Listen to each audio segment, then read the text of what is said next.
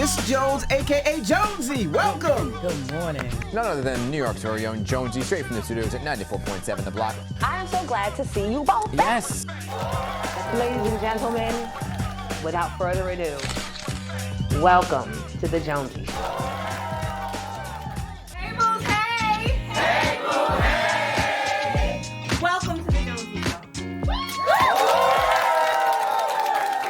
So the name of this segment is Clear My Name, and it's very personal to me because when I was home and unable to, as they say in the streets, clap back, people were blogging and reporting. Huffington Post was writing stories about what they thought had happened to Miss Jones, and none of the things were accurate.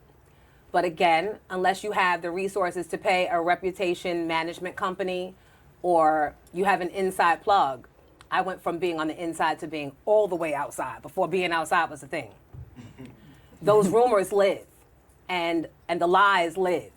And unless you thwart them with the truth, your reputation gets damaged. So right now is where the buck stops.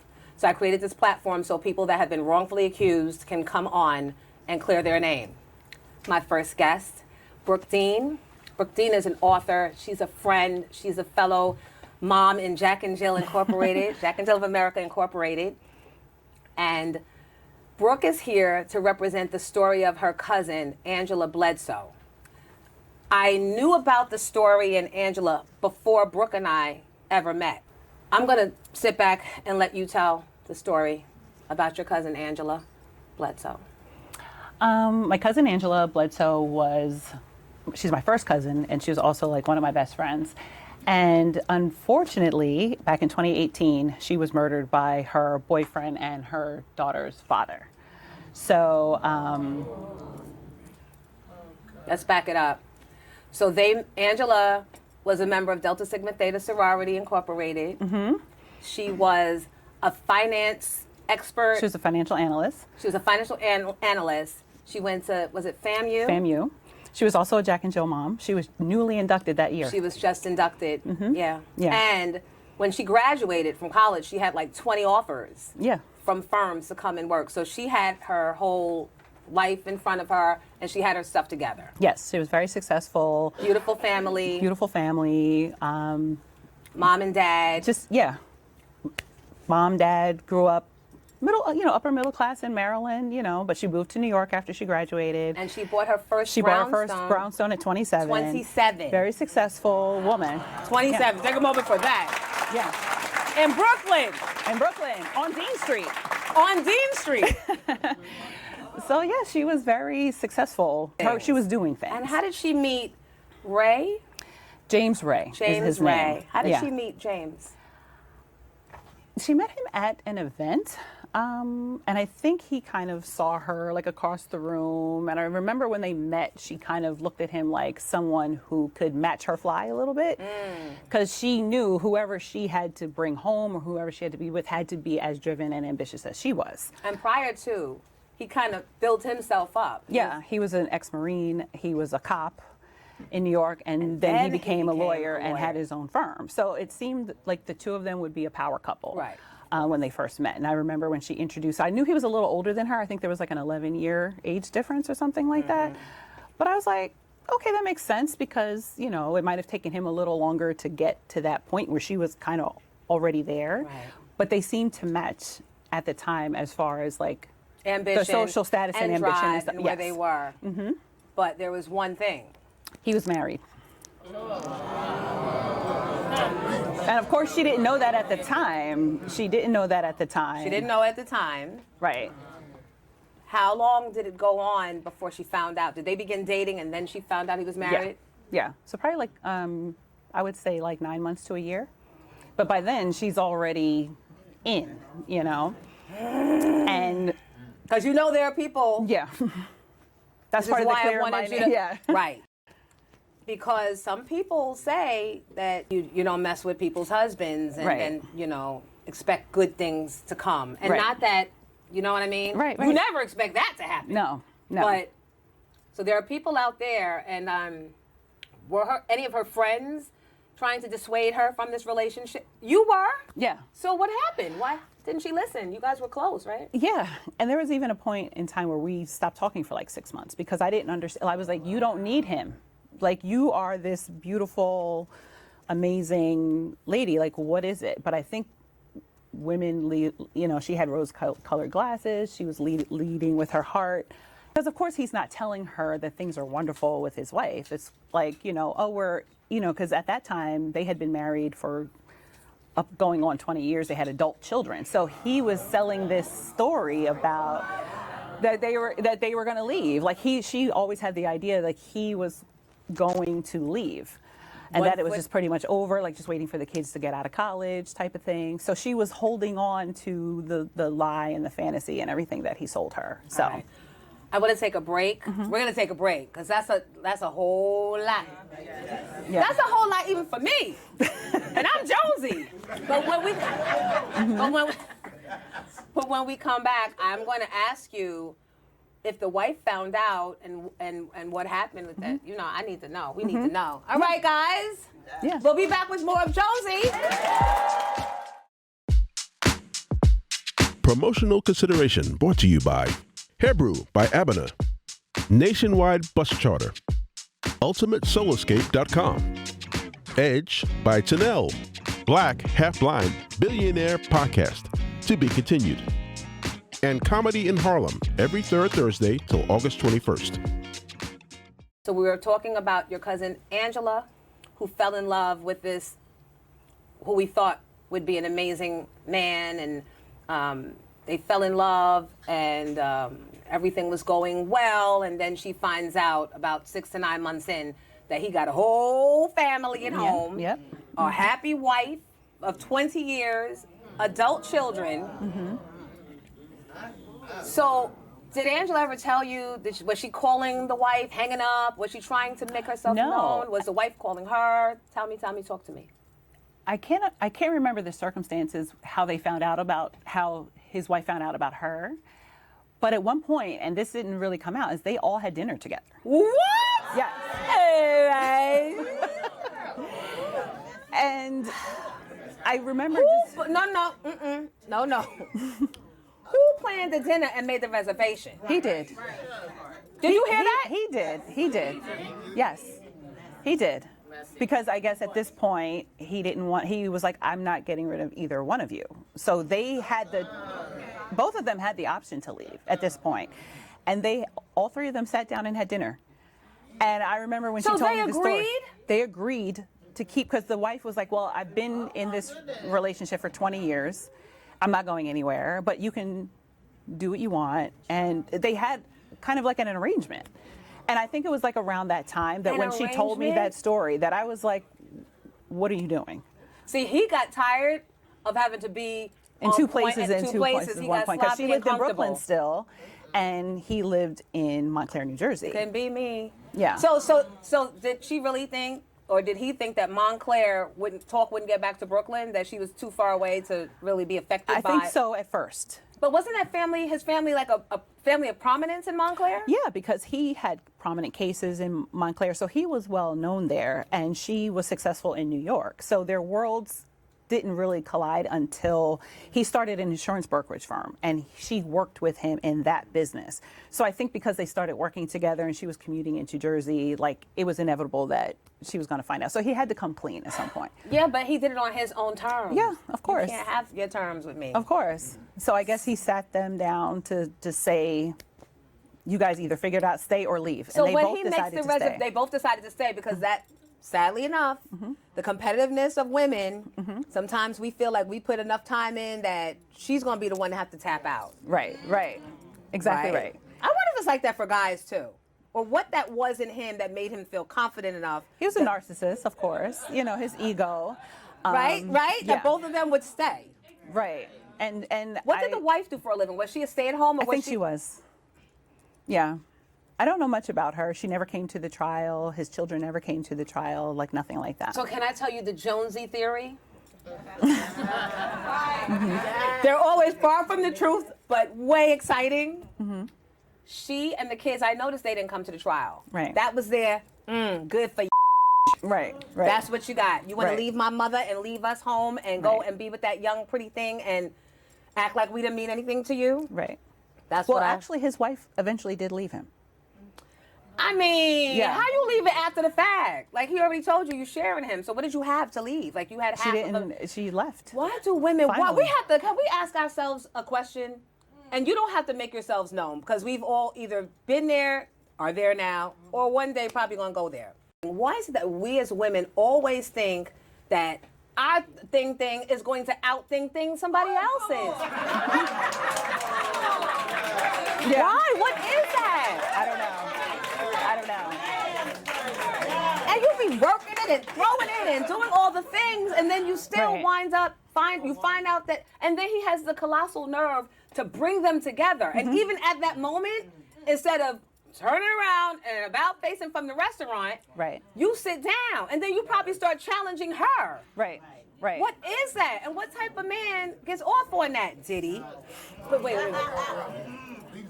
You can leave gotta it leave in. it. You can leave it in. And I don't want, this is not a man bashing show yet, but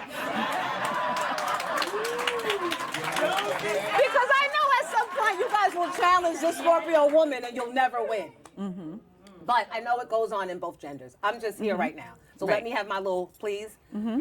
So did she ever talk to you about how she was better for him than the wife and how she met his needs more than the wife or how they're fighting and she doesn't understand him? She was never really in competition with her because that was my thought too. I was like, you don't want him, you just want to win because it's the two. And she was, at some point, she actually did feel sorry for her because she was like, is she staying just because she put in time? And I was like, that's why you're staying, because it kept getting to a point where she's like, well, I've already been with him for 3 years. I've already been with him for 4 years. I said, but the years keep going. And I think right when she got it in her mind, like maybe this isn't. But then she got pregnant. She got pregnant and the wife left at the same time. So she thought in her mind that was like, in her mind, she thought because the two things happened at the same time, that was supposed to mean we're meant to be together. Be. Yeah. So, And it's sad to say. And she had always wanted to be a mom. She had had fertility issues leading up to that. So she looked at Alana like, this is my miracle baby. This is why we were meant to be together, all that kind of stuff. So now, like, the wife is kind of out of the way. But what's going on in his head? Does he feel like, oh, I locked her down now, she ain't going nowhere? Yes. And then does he start trying to repair things with the wife? No. He lets her go? He lets her go. Wow. And lets the kids go. Well, they were already Yeah, they grown were with already their own gone. lives. Yeah, they moved on from him. So Yeah. does he start like adoration and the love and the time spending, or does he turn? Because once they, in my experience, once they know they, Right. once they know they got you, they start acting nasty, Right. and controlling, Right. and different, And that's exactly what happened. and that's what happened. Yeah. And I mean, I was never a fan of his from the beginning because I always felt like he had to outshine her or be the center of attention. And then once she had Alana, all of her attention was on Alana, not on him. And he felt like, I think he felt he was losing her at that point. So he became more controlling then because I guess whatever he was controlling with his ex-wife Right. is now gone. But Angela was her own person. She was outspoken, so he would try to put her down in front of people, in front of their child, and I was just like, again, why are you with this man? Because they have a child, but they're not married. So I was like, you don't have to stay. And then she wound up moving into the home that he once shared with his wife, which I thought was insane. All right, I need a break. Yes. Okay, guys, Yes. we gotta take a break. Yes. That's a lot. That's a Yes. whole lot. Yeah. And the fact that she agreed, I don't know how I feel about that. But again, I don't. the name yeah. of the segment is Clear Your Name. Right. So I'm gonna let you, when we come back to the Jonesy Show. Arby's legit hickory smokes their barbecue for up to 13 hours. So despite being busy comedy superstars, we're here to put in the 13 hours for Arby's quarter-pound barbecue sandwiches with our own signature sauces. That's right, Anthony Anderson. We are completely dedicated to the craft of smoking Arby's barbecue low and slow for hours on end. I'm Anthony Anderson. Really, dude? Arby's, we have the meat. Welcome back to Jonesy. Our guest, Brooke Dean, is the cousin of Angela Bledsoe. She was a successful young woman, graduated, was a financial Analyst, yes. analyst, great job, great life, met this man who also seemingly was her evenly yoked guy, and they went off in life doing things, and then she finds out that he's married, and then after a little bit of time, he arranges a sit-down dinner between your cousin and his wife of 20 years. Yeah. And after the meeting, they have an arrangement, I guess, amongst the three of them. And then suddenly the wife has had enough. She leaves, and then he moves your cousin into the home he shared with the wife. Yes. And raised the children in. And this is in Montclair, New Jersey. Yes. And then your cousin gets pregnant. She was pregnant. She had already had her by the time she moved in because she still kept their lives a little separate. But once the wife left, And the wife left probably because of the baby. She was actually okay with the baby for a little while. I think she just got tired of sharing. Like, he was more and more in New York than he was in Jersey. So she left, and then Angela wound up moving eventually to New Jersey. So she has the baby. She's spending time and giving attention to the baby and not Yes. so much him. Right. And he starts to turn. Yes. When did he start buying weapons? I read an article that he started buying weapons, and he was a former corrections officer. Yes. So he already had. Well, he was a Marine and an ex-Marine, and he was a cop. So he already had weapons. And I didn't know any of that at the time. I thought he was just a lawyer, always been a lawyer. So Angela never mentioned any weapons in the house. I'm not even sure she knew how many he had, because by the time the trial came, they had like an evidence bag of like 14 or 17 guns or something like that. So if I had known that at the time, I would have been like, get out of that house. Because, But you were telling her to leave the relationship. I was telling her to leave anyway. And I think once she moved in, I think when you live with someone, that's when you know them, you see them day in and day out. So like the rose-colored glasses came off, because before, you know, when you're having fun and you're doing all the things, because the wife, right, was dealing with the everyday him. Yeah. So when now she's in the wife position, she sees who he is every day, and then it was like not this pretty picture, and so she's started distancing herself from him. And he started, from what I read, he started picking up on that energy. Yes, yes. And he started tracking her whereabouts. He put surveillance cameras around the house. He put tracking devices in her car. He even went so far as to ask the daughter for mommy's password to on her phone. Yeah. Yeah.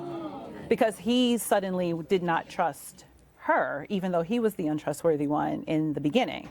So. And wasn't he borrowing money from her?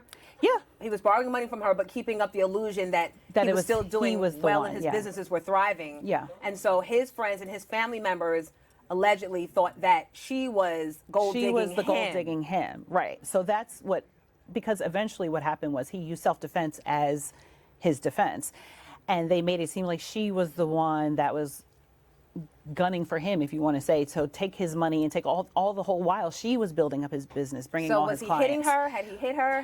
She had never told me initially like anything that was going on, but then she would send me text messages like, oh, I woke up at 4 o'clock this morning, he was just sitting on the bed staring at me. And I was like, that's not normal, you know? No.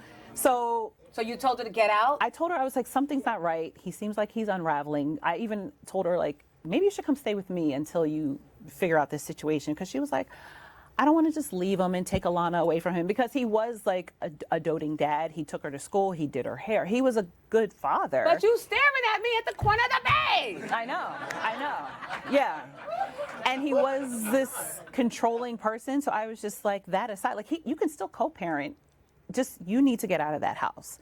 So did she ever tell you, I dropped it, that maybe we need some space or some time with each other? And he said, no, if you leave me. He was like, don't take my daughter away from me, because she was always going back and forth to Florida. Her sister lives in Florida. She did a lot of work with FAMU, so she was always going there, and she would take Alana with her. So that's why I think he was, in his mind, thinking she was going to leave and go to Florida, whatever what was going on. So it kept being messy, and it kept getting worse, and it's the same story. And ultimately, you say, we're going tomorrow morning to get you an apartment or a home of your own. She called. We were playing phone tag, so we were texting back and forth, calling back and forth, and she said, meet me on Monday, because I work in New Jersey. So she was like, meet me after work, and we're going to go look at houses. She had a realtor set up. She had made up her mind. She now made up her ready mind. To do it. She had her down payment money ready, because she could buy a house herself. She didn't need him for anything. Right. So that the morning that he killed her, she had appointments we were supposed to meet to go look at houses. Yeah. So it's what, 8, 9 in the morning, and you call her and like, where are you, or what? We weren't supposed to meet till after work, so I Okay. didn't think anything of it. So I went to work like normal, and then my dad called me while I was at work and said, I think something terrible has happened to Angela. I think her boyfriend may have hurt her. And I was like, I knew it was true, whatever he was saying, but I didn't know at the time how bad it was. How did he know? What happened? Because my father and Angela's mother are siblings. So he heard from like his brother, who she called, and then he called my dad, and my dad called me. So what I read is that James knew what he was going to do that day. He Yes. printed out a will. They both took Alana to school. Yeah. And then when he came back is when he shot her. And then she bled out all day while he was typing up a will. He had already drawn up a prenuptial agreement, even though they had no intentions of getting married. She already told him, I'm not marrying you. She was done. And he thought the prenup would be like a promise to her that they would get married. But the date, she sent it to me in a text. She's like, look what he sent me. Like, this is this weird thing. And I was like, you guys aren't engaged. You're not planning to get married. He knows you don't want to be with him. What does the prenup mean? And I dismissed it. And it wasn't until the lawyers who would eventually prosecute him, when it came up, the date that he killed her was the date. He post-dated the prenup on the day that he killed her. So if she hadn't signed it, he knew what he was going to do on that day. So I'm going to assume he did all of this premeditation. Yes. That morning. The reports say she was on all fours, crawling backwards. What happened was she was sitting on the sofa, and he shot her from across the room in the chest. So then she fell over and was crawling on all fours to the kitchen to get away. He followed her, shot her in the back, and then turned her over and shot her in the face. And then, I know it's a lot, but even in that, he still sat there and plotted. Yes. Told his brother to pick the daughter up from school. He drove the daughter. He picked Alana up from school, drove her to Pennsylvania. To his brother. Yes. And the brother said, I don't even mess with him like Yeah, that. So I yeah. don't know why he was at my door. It seemed very strange. Mm-hmm. We got to get to the nitty-gritty of this and clear this name when we return to Jonesy. The ancient Greeks had 4 words for love. The first is philia. Philia is affection that grows from friendship. Next, there's storge, the kind you have for a grandparent or a brother. Let's go. Third, there's eros, the uncontrollable urge to say, I love you. The 4th kind of love is different. It's the most admirable. It's called agape. Love as an action. This is good. It takes courage, sacrifice, strength. For 175 years, we've been helping people act on their love so they can look back or look ahead and say, we got it right. We did good. Welcome back to Jonesy. Our guest, Brooke Dean, is the cousin of our clear name candidate today, Angela Bledsoe, who was viciously murdered by her husband. And we were at the part where you were describing how he shot her in the chest and then turned her over, shot her in her face, and then He fled the scene. There was a manhunt for a week for him. Where did he go? He went to Mexico and got on a plane to Cuba. They arrested him when he landed in Cuba. Homeland Security got him. Yeah. It took him a week to find him. So he had all this planned out, his escape plan.